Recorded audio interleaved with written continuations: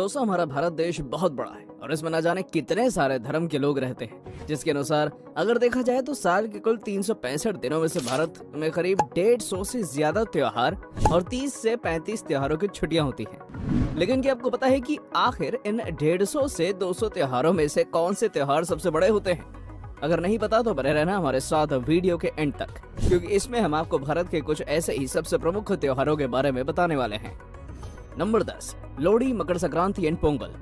दोस्तों, मकर संक्रांति एक बहुत ही बड़ा त्योहार है जिसे 14 जनवरी को मनाया जाता है। इसे सिक्कों का त्योहार या फिर हार्वेस्ट फेस्टिवल भी कहा जाता है। आपको बता दें कि इस दिन लोग तरह तरह के अनाज में गुड़ मिलाकर उनसे शानदार लड्डू बनाते हैं। वैसे तो इस त्योहार को पूरे भारत में ही मनाया जाता है, लेकिन अगर देखा जाए तो नॉर्थ इंडिया में इस त्योहार को काफी अच्छी तरह से मनाया जाता है।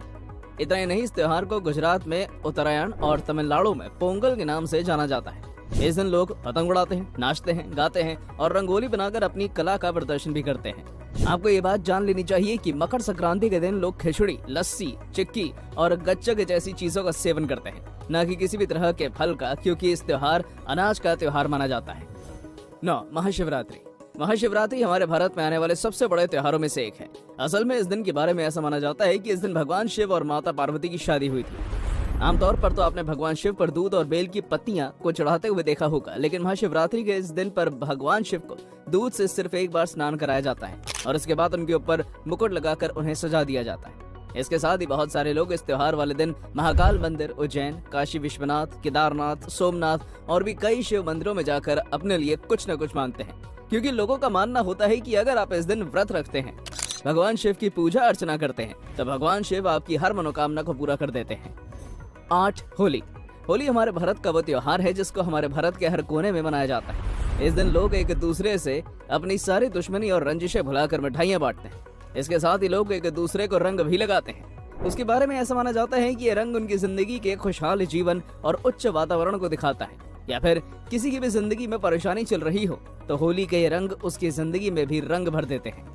इस त्योहार के पीछे की एक कहानी कुछ ऐसी है कि जब होलिका यानी कि एक एविल अपने भतीजे प्रहलाद को जलाने के लिए आई थी, तब वो खुद जलकर खाक हो गई थी और इस तरह बुराई पर अच्छाई की जीत हुई थी, और तभी से इस त्योहार को मनाया जाता है। अगर देखा जाए तो खासकर ये त्योहार बच्चों के लिए बहुत ज्यादा पसंदीदा होता है, क्योंकि इस दिन बच्चे दिल खोलकर एक दूसरे को रंगों से रंग देते हैं। साथ ही साथ बच्चों को मिठाइयां भी मिलती हैं। 7, बैसाखी, उगड़ी।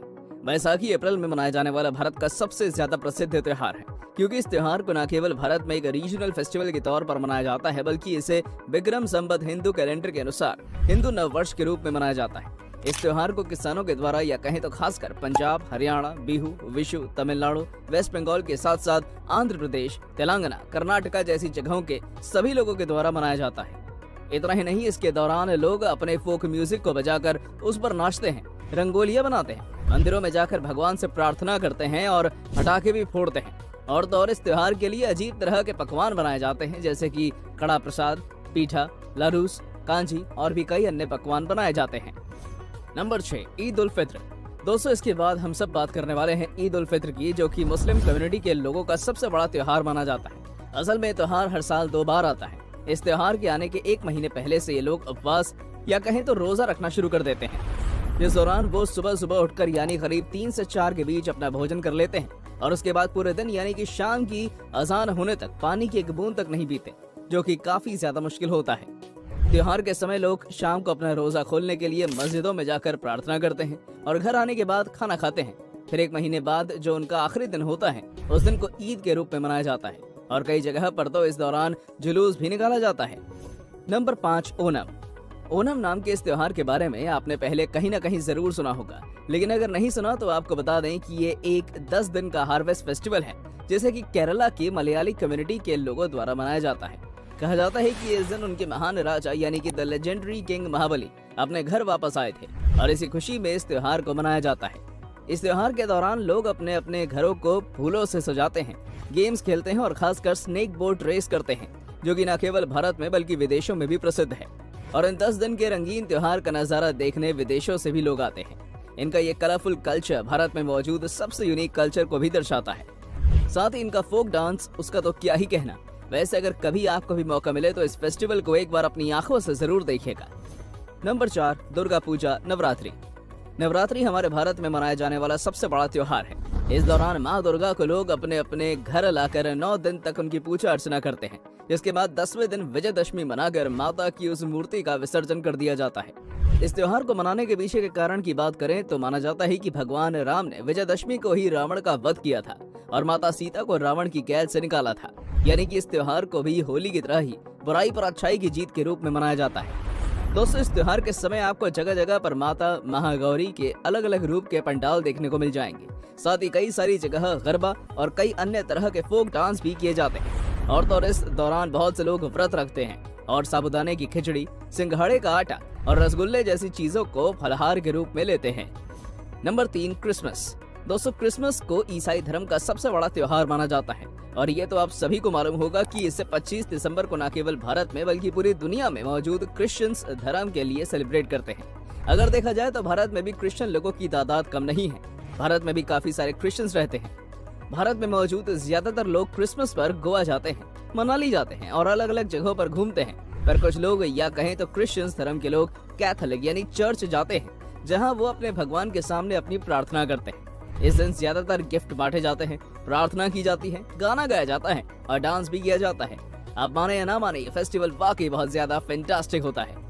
नंबर 2, गुरुपुरब। गुरुपुरब भारत के सिखों द्वारा मनाया जाने वाला सबसे बड़ा त्योहार है। इसे न केवल भारत में मनाया जाता है बल्कि विदेशों में मौजूद सभी सिख भी इस त्योहार को मनाते हैं। असल में यह त्योहार कुछ और नहीं बल्कि महान गुरु नानक जी की बर्थ एनिवर्सरी के अवसर पर मनाया जाता है, जिसको गुरु नानक जयंती के नाम से भी जाना जाता है। इस दिन सभी गुरुद्वारों में लंगर यानी कि भंडारा पूरे दिन चलता रहता है। उस दिन लंगर में बहुत सारी और भी चीजें बनाई जाती हैं। आपको बता दें कि इस दिन सभी सिख धर्म के लोग सुबह और शाम को मंदिर जाते हैं और वहां अपने लिए प्रार्थना करते हैं, जिस कारण से आज हमारी सूची में शामिल है।